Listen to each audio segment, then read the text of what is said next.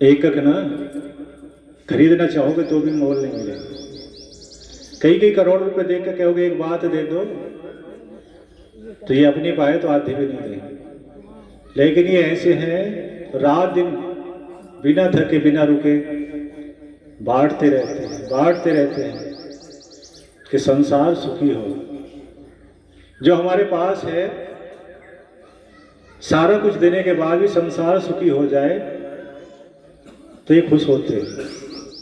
जो अच्छे संत हैं संसार को सुखी देखकर बड़े खुश होते हैं और संसार को दुखी देखकर बड़े दुखित होते हैं। जब आरती चलती हो, यज्ञ चल रहा हो या कथा चल रही हो, जो भक्त बात करते हैं वो अच्छे नहीं है। कहीं ना कहीं उनके भाग्य में दुख लिखा है, कहीं ना कहीं उनका पाप जोर खा रहा है जो भक्ति में नहीं जाने दे रहा। कोई पाप ऐसा है जो भक्ति की तरफ से हटा रहा है। जो सड़क पर घूम रहे हैं उनके चेहरे पहचान लेना कि उनका भी कोई पाप किसी कर्म किसी जन्म का ऐसा है जो भक्ति से हटाकर सड़क पर घुमा रहे हैं, मन नहीं लगने दे रहे हैं। अगर हमारे पाप पिछले जन्म के अधिक नहीं है तो बचपन से मन लगेगा। पेट में तो सभी नाम लेते हैं, जब पेट के अंदर हो आत्मा तो सभी नाम लेते हैं कि भगवान हमें बाहर कर लो, हम बड़ा नाम रटा गिरेंगे तुम्हारा। सभी नाम लेते, सारी आत्मा नाम लेती है। कितनी दुष्ट आत्मा हो, कितनी अच्छी हो, कितनी तपस्वी हो, सभी नाम लेते हैं। इसलिए कभी कभी तपस्वी शास्त्रों में लिखा 7 महीने में जन्म ले लेते हैं कि अंदर अथाह दुख है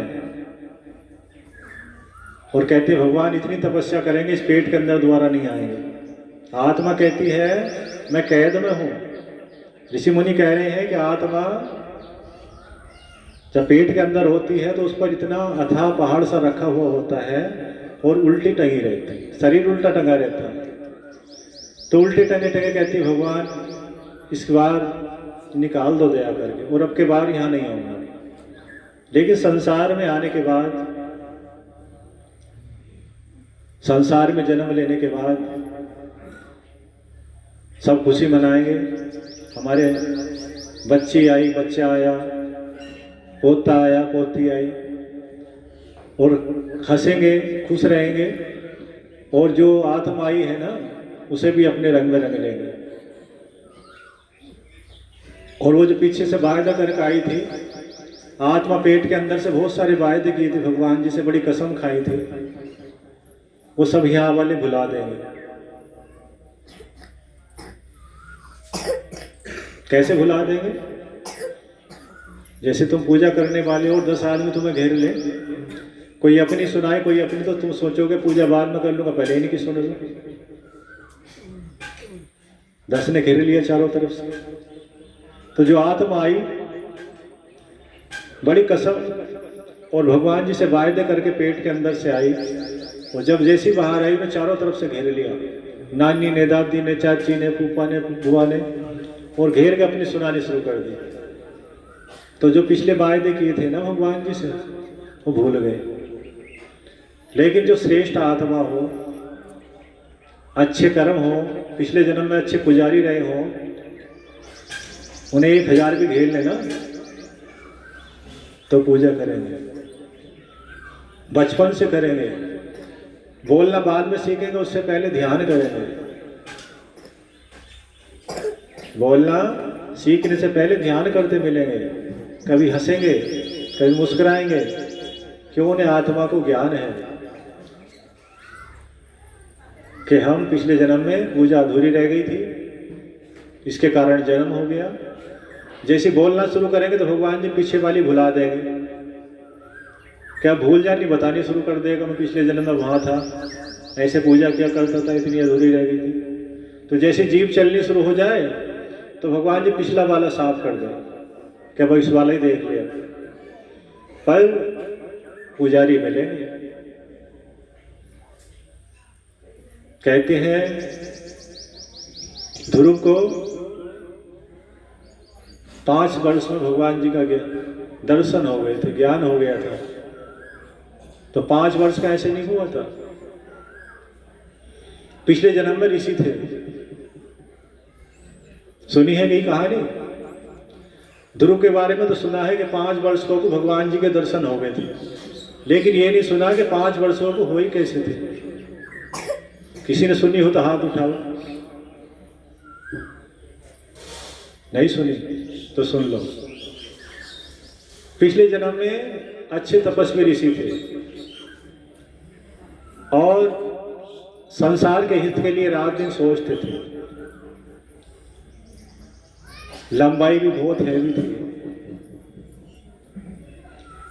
और रात दिन शिष्यों को ज्ञान देना, संसार को ज्ञान देना,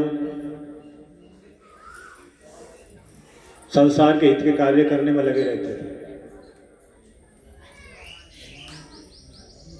इधर जाके क्या कोई आवाज थोड़ी कम करें, शांत हो जाए या अंदर आ जाए, या दुकान उठाकर तुम्हारी बहुत दूर पहुंचा दी जाएंगे। फिर इतनी दूर तो पहुंचा दी, फिर वहां पहुंचाएंगे पुलिया से आ जाए।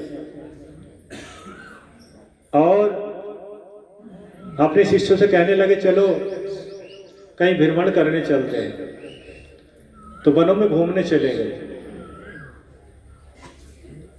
वनों में घूमते घूमते एक गुफा मिली पहाड़ों में, तो उसमें से शेरनी के रोने की आवाज थी। रोने की, चीखने की बहुत तेज आवाज थी। शिष्य से कहने लगे अरे बच्चों, इस पहाड़ में से ना शेरनी के रोने की आवाज आ रही, चलो चल के देखते हैं। किसी को दुखित नहीं छोड़ना चाहिए, और हमारा तुम्हारा जन्म तो संसार को सुख देने के लिए हुआ। शिष्य कहने लगे गुरुदेव, अगर वो हम पे हमला कर दिया तो क्या होगा? कि पहले उसका देख ले, रो क्यों रही, हमला कर दिया वो भी देखा जाएगा। पहले उसका रोना तो देखे, कारण क्या है। तो शिष्य जिद करके गुरुदेव हम अंदर जाएंगे गुफा में।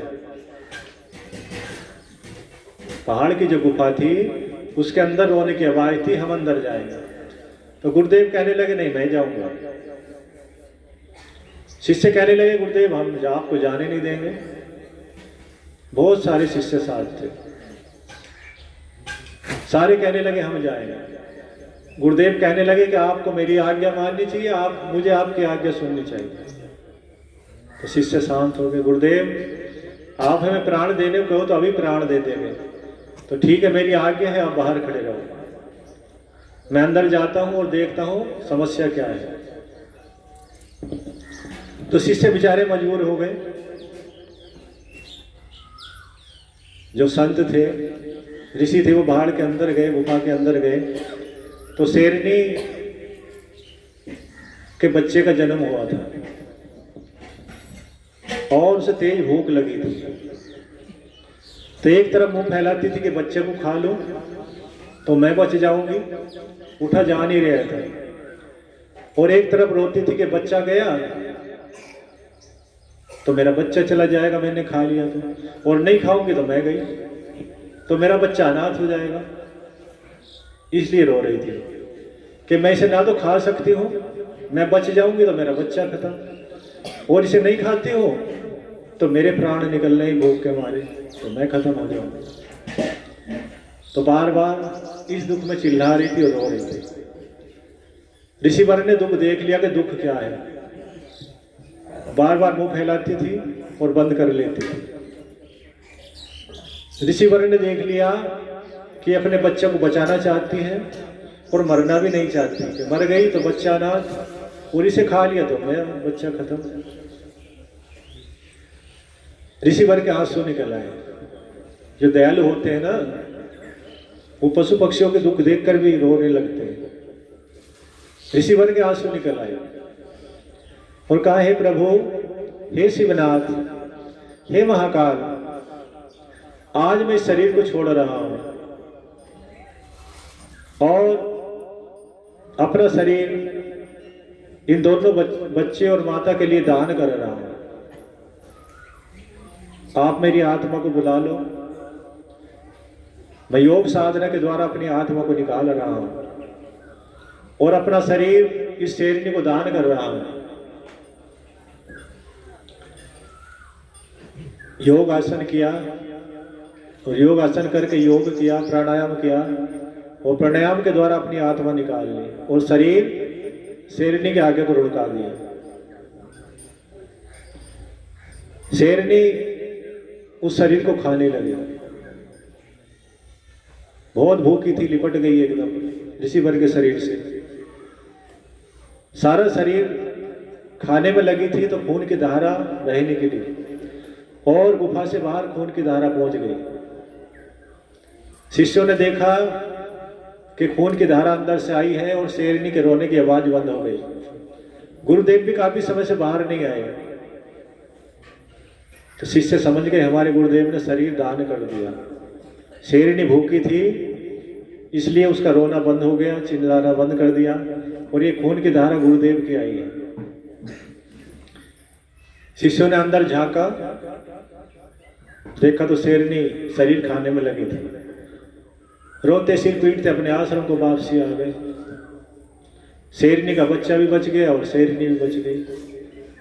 तो इन्हें कहते हैं संत ऋषि मुनि, जो संसार के लिए अपना शरीर भी दांव पे लगा दिया, संसार के लिए, पशु पक्षियों के लिए।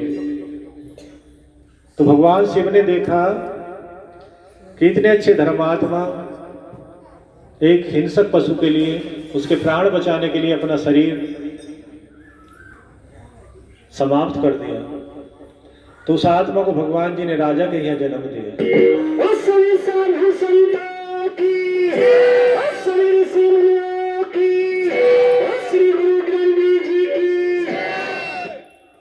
5 वर्ष की पूजा ऋषिवर की अधूरी रह गई थी। 5 वर्ष के बाद मोक्ष मिल जाता। जो क्रिया करने में वो लगे थे उसके 5 वर्ष आयु, 5 वर्ष और बचे थे। 5 वर्ष के बाद ऋषिवर को मोक्ष मिल जाता, लेकिन 5 वर्ष पहले अपना शरीर दान कर दिया। तो भगवान शिव ने उस आत्मा को राजा के यहाँ जन्म दिया और बचपन से पेट के अंदर से ज्ञान था कि मैं ऋषि था। जब बोलना शुरू किया तो भगवान जी ने पिछली याददाश्त समाप्त कर दी, लेकिन पूजा में इतना मन था कि बिना पूजा के जन अन्न कुछ नहीं ग्रहण करते थे। तो जब 5 वर्ष की अवस्था हुई तो पिताजी के पास थे एक भाई और था दूसरी माता जी का, तो उसे गोद में उठा लिया। तो माता जी से कहने लगे, माँ पिताजी ने उसे जल्दी गोद में ले लिया, मुझे नहीं लिया। बोले ये शिव की इच्छा से होता है, भगवान विष्णु और शिव एक है, भगवान विष्णु की इच्छा से और शिव की इच्छा से होता है। तो कहा, माँ अब मुझे भगवान विष्णु की गोद में बैठना है। जब विष्णु भगवान जी की इच्छा होता है, सबसे बड़ी गोद उनकी है, सबसे बड़े पिता वो हैं, तो भगवान विष्णु की गोद में बैठना है। तो ओम नमो भगवते वासुदेवाय, ओम नमो भगवते वासुदेवाय का जाप शुरू कर दिया। ऋषि थे, प्रैक्टिस होने में देर नहीं लगी, तपस्वी थे। पिछले जन्म की पूजा अगले जन्म में काम आती है। मंत्र बता दिया एक ऋषि ने, उसी मंत्र का जाप कर दिया शुरू, ओम नमो भगवते वासुदेवाय। एक पैर से खड़े होकर लगातार ध्यान करते रहे और इतने बड़े ऋषि भी बने, राजा भी महान बने। और शरीर छोड़ने के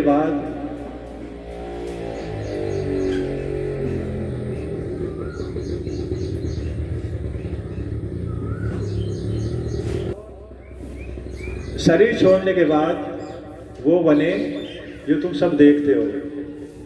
क्या बने? ध्रुव तारा। तारा दिखाई देता है बड़ा सा इधर, वो ध्रुव बने जो ना कभी मरेंगे, ना मिटेंगे, ना नाम मिटेगा, ना काम मिटेगा। तो भगवान जी की भक्ति में कष्टी आए तो कष्टी नहीं होती, वो तपस्या बन जाती है। आश्रम अगर आप आ रहे हैं, रास्ते में कोई समस्या आई, पैदल आना पड़ा या परेशानियों से आना पड़ा, तो परेशानी नहीं है, वो तपस्या है। जब से घर से पैर निकाला और घर तक जाओगे, सारी भूख प्यास, बैठना खड़े होना सब तपस्या में जुड़ जाएगा। और ये तपस्या फल देगी, चमका देगी, शरीर को भी चमका देगी, चरित्र को भी चमका देगी और आत्मा को भी चमका देगी। तो भगवान जी के नाम में पैर चले, हाथ चले, मुंह चले और ये आंख चले, सब लाभ करते हैं। पैर चला है तो पैर की मौज आ गई कि भगवान जी के नाम के लिए, आश्रम के लिए निकल गया। जितने पैर चलेंगे ना, उतने पैरों पे कृपा हो जाएगी। जितना मुंह चलेगा उतने जिह्वे पर कृपा हो जाएगी। जितना शरीर चलेगा तो शरीर का तेज बढ़ जाएगा, निरोग हो जाएगा। और भगवान जी के नाम में ना चल के कहीं और चलेगा तो धीरे धीरे विनाश हो जाएगा। धीरे धीरे घटते घटते समाप्त हो जाएगा। और भगवान जी के नाम में चलेगा शरीर, आत्मा, तो बढ़ते बढ़ते महान हो जाएगा। क्यों? भगवान किसी का धन अपने पास नहीं रखते। जो तुम देते हो वापसी में, बहुत बड़ा करके वापसी लौटा देते। भगवान अपने पास नहीं रखते। जितने राधा राधा बोलोगे, राम राम बोलोगे या शिव शिव बोलोगे, उतना कई गुना बढ़ाकर आपके खाते में जोड़ देंगे कि इतनी बार जाप किया था और इतना मेरी तरफ से हो गया। तो एक क्षण, एक पल जो भी करते हो भगवान जी के नाम में, वो खाली नहीं जाता, अपना फल देता है। ये ना सोचे कि हम घर से निकले, हमें कुछ नहीं मिला और शाम हो गई, पूरे दिन का हिसाब मिलेगा। लेकिन अभी बताया था, सड़क पे घूमने वालों को नहीं मिलेगा। वो घर से निकले थे आश्रम के लिए, पूजा करने के लिए, और सड़क पे चल रहा काम, तो पाप लगेगा ना। अरे जिस काम से आए थे वो नहीं कर रहे, जिस नाम से पैर निकाला था वो काम नहीं कर रहे। या तो दुकान वालों के पास बात कर रहे हैं, या मोटरसाइकिल की सीट को घिस रहे हैं, या पैरों को घिस रहे हैं। जिस काम को करने के लिए पैर निकालना था ना घर से, वही काम करे तब लाभ मिलेगा। अंदर आरती चल रही थी, सूचना मिली कुछ भक्त पीछे बात कर रहे हैं, क्या मिलेगा? घर के रहे ना घाट के। अरे सुना था ना, धोबी का कुत्ता घर का रहा ना घाट का। कैसे था? घर से चला तो घाट पे खाना गया था, बोला घाट पे तो खाना गया, घर क्या खाऊं, घाट पे खा लूंगा। इतने घाट पे गए थे, उन्होंने खा लिया धोबियों ने। तो वो देखा घर का तो छोड़ ही आया था, घाट की वजह से घाट पे खत्म हो गया। घर ही खा लेते इससे, तो घर काम तो करते। अरे घर वालों का काम करते, जंगल का करते, दुकान का करते, नौकरी करते। घर का छोड़ का आश्रम चलने, पूजा करेंगे। पूजा गुरुजी कर रहे हैं, हम बात करेंगे। हमें तो अपनी नानी की, किसी की बेटी की, किसी के बेटे की बुराई करनी है एक दूसरे की। पड़ोसन क्या कर रही थी, पड़ोसी का घर कैसा है, उसकी लड़की कैसी है, उसका बच्चा कैसा है, उसकी माँ कैसी है, वो बात करनी। निरर्थक। इन बातों को कहते हैं निरर्थक, जिनका कोई अर्थ नहीं है, जो किसी के काम नहीं आएगी, नुकसान भले से कर सकती, लाभ नहीं करेंगे। गुरुजी अंदर गा रहे, कौन सा भजन गा रहे, कौन सी आरती गा रहे, अगर मन से सुनेंगे तो तुम पुजारी हो, पूजा करने आए हो। जो घर से चले हो तो वो काम कर रहे हो, और या तो चौकी तोड़ रहे हो, या कमर कहीं बिछा रखी लेट मार रहे हो, या पीछे बात कर रहे हो, तो पुजारी नहीं हो। और जो काम करना है तुम वो भी नहीं कर रहे, तो गारंटी नहीं है जगदीश के पास कि तुम्हारा भला होगा। और कहीं चले जाना, और कहीं आश्रम देख लेना, और कोई भगत जी देख लेना, और कोई सत्संग देख लेना, यहाँ मत आना। हमारे आश्रम में अधिकतर सभी का लाभ होता है, लेकिन कुछ अपनी लापरवाही से रह जाएं तो 4 जगह कहेंगे हमें तो आश्रम से लाभ मिलाना था, मिलता कहाँ से जब आश्रम में पढ़ाई ना करी थी, गुरु जी की बात ना सुनी थी, सड़क पे घूमे थे या दुकान वालों के पास बैठे थे। तो आज ही याद कर लेना, आश्रम आना बंद कर देना। अगर पूजा ना सुनो तो आरती के समय बात करो तो आश्रम मत आना। किसी और आश्रम में देख लेना जहां आपकी बिना पूजा करे सुनवाई हो जाए। जहां बिना पूजा किए सुनवाई हो जाए वहां चले जाना। यहाँ तो पूजा करने से होगी। हम पे किसी को बेकारा नहीं आता, खेलना कूदना नहीं आता, आंख बंद करके बताना नहीं आता, लूटना भी नहीं आता और बहकाना भी नहीं आता। तो जहां तुम्हें पैसों में ज्ञान मिल जाए ना, पैसों में सुख शांति मिल जाए, वहां चले जाना। यहां आओगे तो हम कहते हैं पूजा सुन लेना। एक काट की मुस्लिम थी, 2 मंगलवार आए, तीसरे कहने लगे गुरुदेव आराम नहीं हुआ। हमने कहा क्या रुकी थी या चली गई थी? आराम तो मिलना चाहिए था 2 मंगलवार में। गुरुदेव रुकी ना थी, सिन्नी चढ़ाई थी और चली गई थी। प्रसाद को सिन्नी कहते हैं। तो हम बोले कहीं और देख लेना, तो किसी और मुल्ला जी के पास चले जाना या कोई आश्रम और देख लेना। गुरुदेव क्यों? आपने 7 बताए थे, उस टाइम 7 मंगलवार होते थे कि 7 करने हैं तो पूजा सुननी है। अल्लाह मियाँ और भगवान अलग नहीं है, राम रहीम करीम सब अलग नहीं है। सूरज को सूर्यदेव को सूरज कहने से अलग नहीं होने के, चंद्रमा को चंद्र कहने से अलग नहीं होने के, चांद कहने से अलग नहीं होने के, एक ही रहेंगे। तो यहाँ आना है, पूजा सुननी तो यहाँ आना, वरना और कहीं देख लो। लड़का कहने लगा गुरुदेव मेरी गाड़ी चल रही है, स्कूल में गाड़ी लगा रखी, तो गाड़ी लेकर जाता हूँ, कौन लाएगा?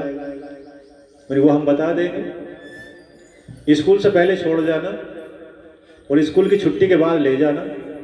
हाँ हाँ ऐसे कर लूँगा। आ गई। तो तीसरे मंगलवार को सुबह ही आया और अपनी माता जी को छोड़ के चला गया। और सारी पूजा इसने समाप्त हो गई, उसका स्कूल भी समाप्त हो गया, छुट्टी हो गई। तब शाम को लेने आया। तो चौथे मंगलवार आया कि बोले गुरुदेव आराम हो गया, ठीक है मेरी तबीयत अब बेकार न उठा भी ना जा रहा था। तो हमने कहा कि भगवान जी और अल्लाह मियाँ अलग नहीं है, लेकिन हमारी पूजा में कमी है। पूजा करना आएंगे तो पूजा ही करें। उसने तो 1 मंगलवार पूजा सुनी, तीसरे मंगलवार को, चौथे को आया कहती अब ठीक हो।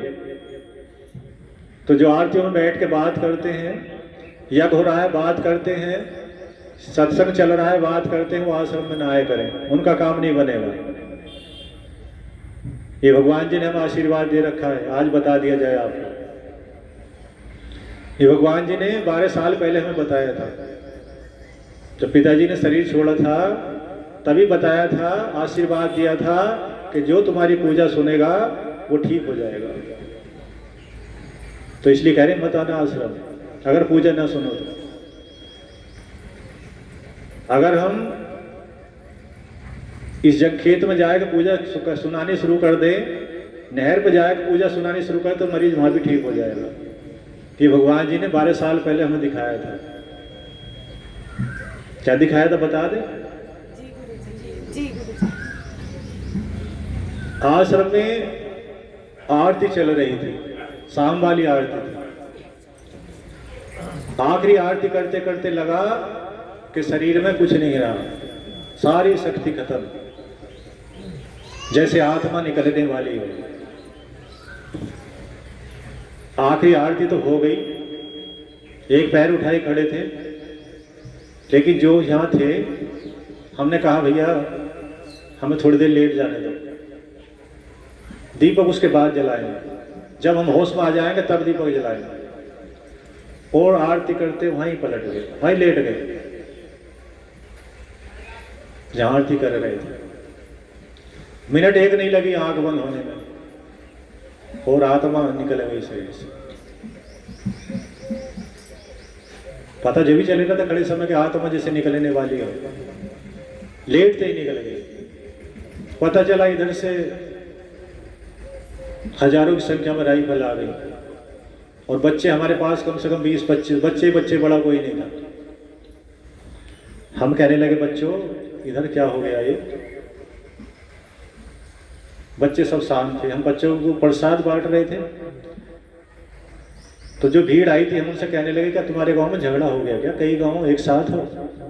और हमारे कई गांव में लड़ाई हो गई, वो सब आश्रम की तरफ आ गए। तो सब देवता थे, वो देवता रूप चेंज कर करके आए थे, बहुत भीड़ थी और किसी के पास राइफल से कम नहीं थी। कलयुग की वेशभूषा लेकर आए थे ना। तो हमने कहा अच्छा हम घर चलते हैं, बच्चों को लेकर न जाओ। हम बच्चों से इशारा करा चलो, तो बच्चे सब हमारे साथ चल रहे। और निकले तो आश्रम से थे, पता चला किसी गांव में पहुंच गए और बच्चों से भक्त बन गए हमारे साथ। जहाँ छोटे छोटे बच्चे थे बड़े बड़े भक्त हो गए। और निकल के चले तो वहां देखा मरीज इतने थे, जहां तक दृष्टि जा रही थी ना मरीज ही थे। और ऐसे मरीज अपने आश्रम में आज तक नहीं आए, जितने भयानक थे। पृथ्वी को चारों तरफ घूम रहे थे, हाय हाय करते पलट रहे थे। शरीर खून में भीगा था, सांस नहीं आ रही थी, शोर इतना था कि आकाश गूंज रहा था। तो हमने कहा उनसे कि भैया इतने मरीज कहाँ से आए तुम्हारे गांव में। और हमारे गांव का एक नियम है, किसी के घर कोई बीमार हो तो उसे उठा ला मैं और एक जगह इकट्ठे कर ले। तो हम 3-4 आदमी देख रेख करते रहे। अब गांव में 100 मरीज हो तो 100 आदमी देख रेख करेंगे या 2 करते रहे। हंसी आई कि बहुत अच्छा गांव है, कितना प्यार है कि सबके मरीज की देख रेख 2 आदमी कर रहे हैं। और नियम कितना बढ़िया अस्पताल सा बना रखा है इन्होंने यहाँ।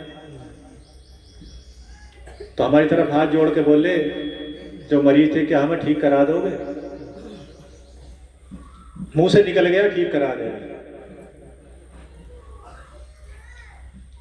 जो पलट रहे थे जमीन को वो कहने लगे हाथ जोड़ के हमें ठीक करा दोगे ना करा दो। इधर निगाह घुमाई तो इतनी सुंदर स्त्रियां थी,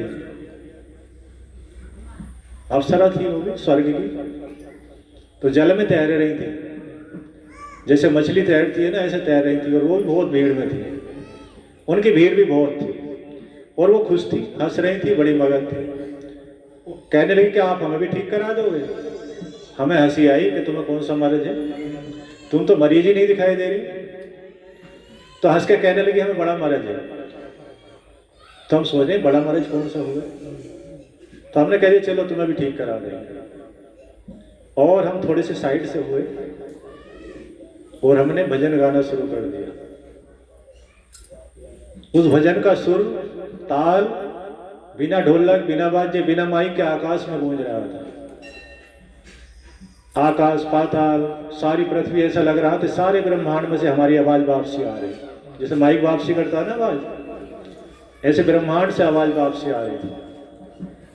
भजन ऐसा था कि मन कर रहा था ये भजन सदा चलता रहे जब तक आखिरी सांस समाप्त ना हो। मुंह तो हमारा चल रहा था, गाय भी हम रहे थे, पर कहां से भजन आया था और आकाश में कैसे गूंज रहा था उसकी महिमा नहीं बता सकते। और हम उड़ रहे थे, कभी आकाश में, कभी पाताल में, कभी नदियों में, कभी समुद्र के ऊपर, कभी नदियों के ऊपर, और भजन गा रहे थे। और वो भजन हम इतने खुश थे कि उड़ उड़ के गा रहे थे और उस भजन की आवाज सारे संसार में गूंज रही थी। और जितने मरीज थे सब खड़े होने शुरू हो गए।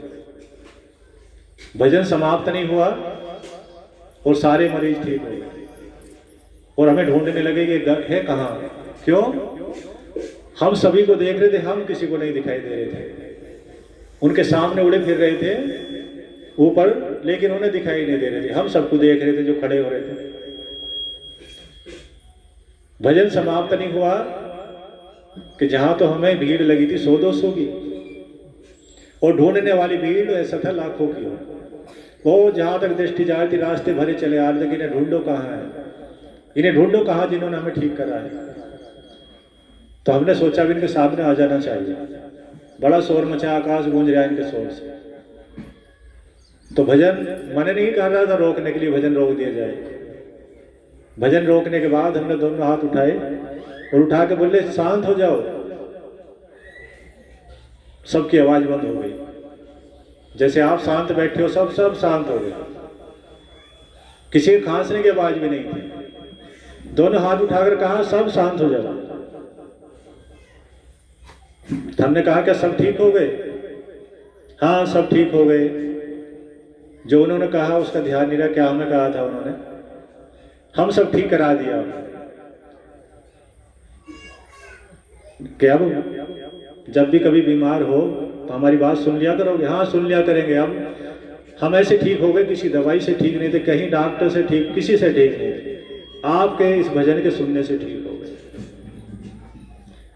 तो जहां तक दृष्टि जा रही थी वहां तक भीड़ थी, और कोई एक भी कहने वाला ये नहीं था कि मैं ठीक नहीं हुआ। तो ये 12 वर्ष पहले जब गुरु जी ने शरीर छोड़ा था तब भगवान जी ने आशीर्वाद दिया था, और ये आशीर्वाद आज भी चल रहा है। इसलिए कहते हैं कि हम पे बहकाना नहीं आता, और जो आए उससे कहते ठीक कराने की कोशिश करेंगे, ठीक कराने की कोशिश करेंगे। बताने में कितना टाइम लग गया होगा इस कथा को? 10-15 मिनट तो लग गई होंगी। अब जो दीपक जलाने के लिए हम उठे, होश आया तो एक लड़का दीपक जला कर ना थाली में रख गया। हमने कहा भैया हमें लेटे हुए कितनी देर हो गई? हमने देखा घंटे 2 तो लग ही गए होंगे, कम से कम 1-1.5 लग गया होगा। बड़ी देर में होश आया। कहले गुरुदेव टाइम? आपको तो मुश्किल से 5 मिनट लगे होंगे। 5-10 मिनट लगे होंगे। शरीर में ताकत भी आ गई।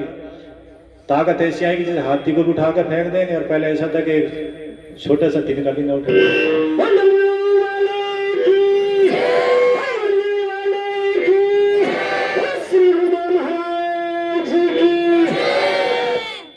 तो हंसी आई, और जो भक्त थे वो कहने लगे गुरुदेव क्यों हंस रहे हो? तो हमने बताई नहीं क्यों हंस रहे, कि देखने में कितनी भीड़ ठीक कराई, कितनी देर तक भजन गाया, कितनी देर तक लीला चली, कितना समय लगा रही है। कह रहा कि 5 मिनट हुई होंगे। तो वो भगवान है। ये 1 मिनट का तुम्हें कभी कभी कई जन्मों की कथा सुना देंगे 1 मिनट में। तो इनके पीछे पड़े रहो। और आज वो बात बताई है, याद आ गई कि बात मत करना अपने आश्रम में हो तो जब तक पूजा चले, अपनी बात मत करना। गुरु जी की सुनना क्या सुना रहे? एक शब्द में आराम मिलेगा, एक शब्द से आराम मिलेगा। और गुरु जी की बात नहीं सुनोगे तो और गुरु जी ढूंढ लेना। हमें लालच नहीं है, हमें लालच है कि तुम ठीक हो जाओगे, और तुम नहीं सुनोगे तो ठीक नहीं होगे। तो हमें भी दुख होगा कि हमारे आश्रम आने के बाद ये ठीक क्यों नहीं है। तो आज से याद करके ले जाना, पीछे तक के सब सुन लेना। अपने आश्रम में 2-4 साल 6 महीने बाद कोई आना बंद कर दे, गुरुदेव अब तो ठीक हो गया, हम चलो 1 महीने में 2-1 हाजिरी कर लेना। 2 की जगह पता चला 2 साल हो गए, नहीं लौटे इधर को। फिर आए कहते गुरुदेव बड़े परेशान थे, सालों से बीमारी थी, दवाई नहीं लग रही। कि गलती किसकी है? मेरी। बताते गलती हमारी है। जब तुम्हें पता गलती तुम्हारी तो गलती की क्यों थी? अरे जब गुरु जी ने बताया था कि 2 हाजिरी करते रहना महीने में, तो नाम क्यों कटवा लिया? गुरु जी ने ये तो मांगा नहीं था कि 2-4 लाख रुपए देते रहिए हर महीने, 2 हाजिरी मांगी थी। और ये भी कहते हैं किराए के पैसे ना हो तो वो भी हमसे ले लीजिए, कह देते कभी कभी किराया भी हम दे देंगे ना हो तो, और 2 कर लिए कि यार अब 2 भी भारी लग जाए तो गुरु जी क्या करें। तो ये आज तुम्हें वो बात बता दी, इसलिए हम किसी को नहीं बहकाते और कह देते ठीक करा देंगे। क्यों कह देते? कि भगवान जी ने दिखा देता है, कई वर्ष पहले दिखा दिया कि जो पूजा सुनेगा तुम्हारी वो ठीक हो जाएगा। इसलिए दिल्ली वाले आए, बोले गुरुदेव, उनके हो सके रिश्तेदार बैठे हुए हैं, कि सारे परिवार में बदबू आती है, बच्चों में भी, बच्ची में भी, घर में भी, और हम में भी, और बच्चों में, जितने प्राणी हैं सब में ये दुर्गंध आती है। और कई राज्यों में घूमे आई, कहीं कहीं तो ऐसी जगह घूमेगा जेब के सारे पैसे रख रहे हैं, जितने लाए हो ना, 10,000 हो, 20,000 हो, 2 रुपये हो, 10 हो, सारे रखने हैं हमारे पास। अरे गुरुदेव किराया न किराया, विंडो पे लाइन में लग जाओ, जितना तुम्हें किराया लगे ईमानदारी से ले लो वहाँ से। तो 20,000 तो रख दिए गुरु जी के पास, विंडो पे 200-250 जो किराया लगा वो ले लिया। ऐसी ऐसी जगह भी गए हम, लेकिन आराम नहीं हुआ। यहीं खड़े थे हमारे पास, हमने कहा आप फ्री में ठीक हो जाओगे, दिल्ली से जो तुम्हारा खर्च लगेगा वही लगेगा आने का, बाकी नहीं लगेगा। गुरुदेव सर्विस करते हैं तो रविवार में आना शुरू कर दो, ठीक हम रविवार में आ जाया करेंगे। हमने जब तक तुम्हारे 11 रविवार कर लो, इतने 11 रविवार नहीं होने के सारे स्वस्थ हो जाओगे। निकल गया मुंह से कि दुर्गंध खत्म, बिल्कुल खत्म हो जाएगी, वजन भी बढ़ जाएगा, मुंह से निकल गया वजन भी बढ़ जाएगा। तो इतने 11 दिन में 10 मंगलवार हुए थे, हमने क्या हुआ, गुरु जी सब ठीक हो गए, दुर्गंध अब नहीं आ रही। वरना चेक भी करा लिया था, कैंसर तो ना, किसी ने कहा दुर्गंध जवाब है जब कैंसर हो, तो चेक इन भी करा लिया था, कैंसर तो ना है। गुरुदेव 5 किलो वजन भी बढ़ गया, वो भगवान है। क्या करा हमने, भगवान जी से कहा इनकी सुन लो, और यहाँ बैठ कर उन्होंने पूजा सुनी, 2 काम करे, हमने प्रार्थना करी, उन्होंने पूजा सुनी। तो जहां भी जाओ, किसी सत्संग में जाओ, यहाँ तो मत जाओ, मत, मन नहीं है तो मत जाओ, और जाओ तो जो गुरु जी वहां सुना रहे उनकी सुनो। अगर हाँ तुम्हारे भगवान जी की निंदा कर रहे हैं, अगर किसी सत्संग में तुम गए और शिव की पूजा करते हो और शिव की वो बुराई करनी शुरू कर दे, तो उठ जाओ, तुरंत उठ जाओ, बुरा नहीं लगेगा। उन्हें बुरा भले से लगे, शिव को बुरा नहीं लगेगा, और जिन भगवान जी की पूजा कर रहे हैं उन्हें भी बुरा नहीं लगेगा। जो शास्त्रों में लिखा है कि अपने गुरु की और अपने आराध्य देव की बुराई मत सुनो, क्या इस सत्संग में से बीच में से उठना पड़ जाए। तो सनातन धर्म वाले तो बुराई करते नहीं, किसी भी रूप की पूजा करें, सनातन धर्म वाले जितने गुरु हैं किसी रूप की बुराई नहीं करते, न निराकार की करते हैं न साकार की करते हैं। क्योंकि शिव पुराण में लिखा है, गीता में लिखा है, रामायण में लिखा है कि मैं निराकार भी हूं और साकार भी हूं। तो इसलिए सनातन धर्म वाले तो बुराई करते नहीं, कि उनके शास्त्रों में लिखा है कि मैं सब हूं। लेकिन कोई शिव की निंदा करे, राधा जी की निंदा करे, राम जी की करे या कृष्ण जी की करे, तो तुरंत उठ के चले जाओ। कोई बैठा है फिर भी मत बैठो कि हमारे बैठने का काम नहीं हो रहा है, क्यों, पाप लगेगा। पिछली कथाओं में ही बताया कि भगवान शिव की पूजा करने वाले उपमन्यु ऋषि शिव इंद्र बन का आ गए और शंकर जी की बुराई शुरू कर दी। तो उपमन्यु ऋषि ने अपना त्रिशूल उठा लिया था कि देवताओं के राजा भले से हो पर शिव की बुराई नहीं सुनूंगा। तब शिव अपने रूप में आए थे। तो सोम शिव भी अब आपकी परीक्षा लेने आ जाए ना, परीक्षा लेने, तो भी पास होने की कोशिश करना। शिव भी अपनी बुराई करे तो शिव से मत सुनना, नहीं रुक जाओ, हम शिव की बुराई नहीं सुनेंगे। जिस रूप की पूजा करते हो, कोई राधा जी की बुराई करनी शुरू कर दे, आप राधा राधा रटते हो रोज, तो सामने वाले को चुप कर दो, या चुप हो जाओ या वहां से चले जाओ या कान बंद कर दो, यानी पाप लगेगा। तो ये सत्संग है जो हमारी आत्मा को निखारते निखारते निखारते निखारते परमात्मा तक पहुंचा देता है। ये वो पढ़ाई है जिसका नाम सत्संग है। इसीलिए हम ऋषि मुनियों के पास पहुंचते हैं कि हमें परमात्मा के पास जाना है, सुख शांति में जाना है। और दवाई नहीं लग रही तो चलो कहीं ऋषिवर के पास चलते हैं। डॉक्टर भी कह देते हैं कि भैया कहीं वैसी जगह भी देखे हो, कहीं कहते सुने डॉक्टर भी हमने कि वैसी जगह देख लो कहीं आराम ना हो रहा। तो बहुत डॉक्टर अपने आश्रम में भेज देते हैं अपने मरीजों को कि दवाई ना लग रही, दवाई तो हमने हाई से हाई लगा दी, जाओ आश्रम में हो जाओ, वहाँ चले जाओ तुम्हारे। तो शक्ति है, वही बीमार करते हैं, वही रोग देते हैं, वही ठीक करते हैं। उन्होंने दवाई बनाई, इन्होंने डॉक्टर बनाए, इन्होंने दवाई की कंपनी बनाई और इन्होंने दवाई बनाने की फैक्ट्री बनाई, वही है शिव। तो बिना इनके दवाई भी काम नहीं करती। डॉक्टर साहब जब दवाई देते हैं पहले भगवान जी का नाम लेकर बैठते हैं, तब दवाई बांधने शुरू करते हैं। भले से बोल कर नहीं कहते, मन मन में कहते हैं दवाई तो मैं दे रहा हूँ, आराम कर दियो। तो इसलिए बिना थके बिना रुके जाप करते रहो, संध्या बंधन करते रहो, ध्यान करते रहो, और जहाँ गुरु जी की वाणी चलती हो अपनी वाणी बंद करके उनकी वाणी सुन लिया करो। अब शिव कथा करेंगे।